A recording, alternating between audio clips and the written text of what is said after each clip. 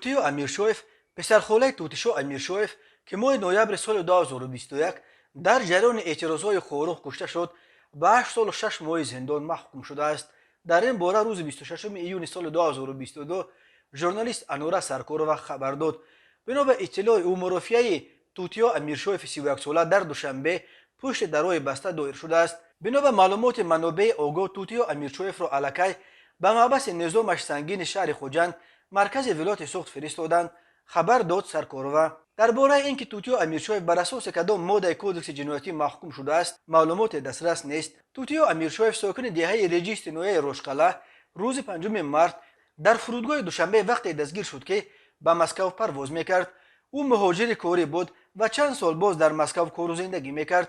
توتیو امیرشویف در پایان ماه نوامبر سال 2021 همراه خالش مادر توتیشو امیرشویف برای برگزاری مراسم ماتم پسر خالش به تاجیکستان برگشت. توتیشو امیرشویف که همگی 23 سال داشت روز 25 نوامبر سال 2021 همراه ساکن خورخ گلنظر مرادبیکوف هنگام سرکوب اعتراضهای خورخ در پی کشتار ساکن 29 ساله دهه 17 نویه روشقله گلبدین زیوبیکوف آقا زیوفت کشته شدند. توتیو امیرشویف در آن اعتراضها اشتراک نداشت چون که در مهاجرت کاری در روسیه بود.